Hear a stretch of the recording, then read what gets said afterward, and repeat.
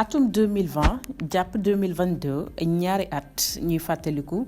génnuk àdduna journaliste bi nga xamante ne moom mooy Mamadou Ndiaye Doss. anniversaire génnuk àdduna Mamadou Ndiaye Doss ñu ko doon fàttaliku ndiki démb moom Mamadou Ndiaye Doss nag ñaari at la defagum ci suuf waaye nag mu nekkoon ab journaliste fa nga xamante ne moom mooy ca Walfadjri nga xamante ne nag bokkoon ak ñoom bile liggéey ay xaritam ay jegeñaaleem ay mbokkam ñoom ñëpp nag ñu ngi koy fàttaliku ci naqar ak tiis ñi nga xamante ne nag bokkoon na ak ñoom bile liggéey fa nga xamante ne moom mooy ca douane Sen TV ñoom ñëpp nag ñu ngi fàttaliku nit boo xamante ne nag dafa bëggoon reetaan nekkoon ku disponible ko xamante ne nag dafa bëggoon lool liggéey bi nga xamante ne da ko doon def.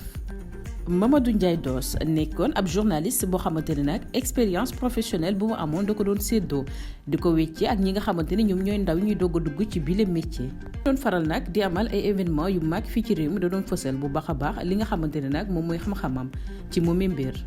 mu nekkoon nag ab patriote boo xamante ne nag dafa doon incarné bu baax a baax li nga xamante ne moom mooy ay valeur waaye nag tey jii mu ngi ci suuf di noppalu ñu koy ñaanal yàlla mu yërëm ko nag daal di koy xaare aljana woyofal suuf ci kawam.